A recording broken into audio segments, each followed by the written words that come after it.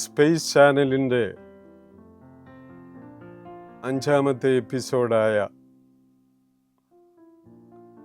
വിശക്കുന്നവൻ്റെ ആഹാരം എന്ന ചിന്തയിലേക്ക് നമ്മൾ കടക്കുകയാണ്.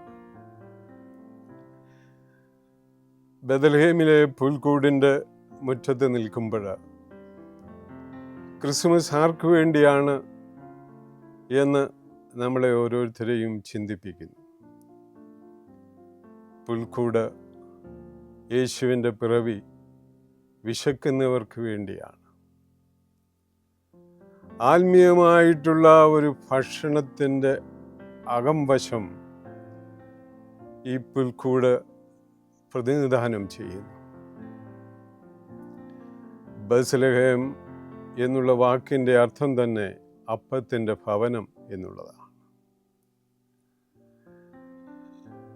പുൽക്കൂടിനെ കുറിച്ച് നിൽക്കുമ്പോൾ പുൽക്കൂട്ടിലെ കന്നുകാലികൾക്ക് വേണ്ടിയുള്ള അപ്പപാത്രം അതാണ് നമുക്ക് കാണാൻ സാധിക്കുന്നത്. തീർച്ചയായിട്ടും യേശുവിൻ്റെ ജീവിതത്തിൽ എനിക്കൊരപ്പമായി തീരണമെന്നുള്ളതിൻ്റെ ത്വര എന്നുള്ളതിൻ്റെ ആവേശം വിശുദ്ധ ഗ്രന്ഥ ശരീരഭാഗത്ത് നിന്നും നമുക്ക് കിട്ടുന്ന ഒരു സന്ദേശമാണ്. യേശു അപ്പമെടുത്തിട്ട് പറഞ്ഞു, ഇതെൻ്റെ ശരീരമാകും. പാനീയമെടുത്തിട്ട് പറഞ്ഞു, ഇതെൻ്റെ രക്തമാകുന്നു, നിങ്ങൾ വാങ്ങി ഭക്ഷിക്കുവിൻ, പാനം ചെയ്യുവിൻ.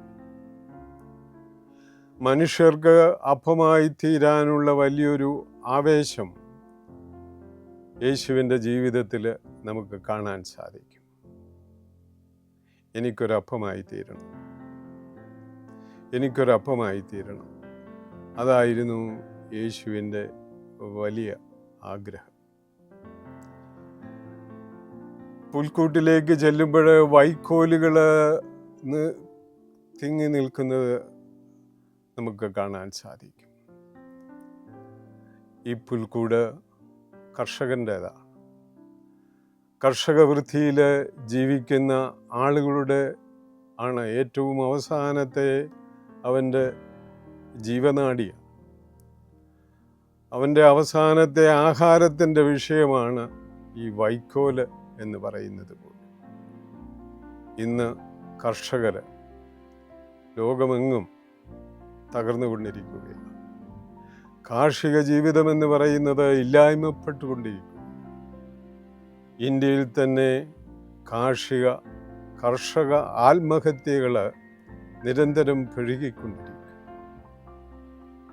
ആത്മാവിൽ വിശക്കുന്നവന് ആഹാരമായി തീർന്ന യേശുവിന് നമ്മളോട് പറയാനുള്ളത് ഇതുതന്നെയാണ്.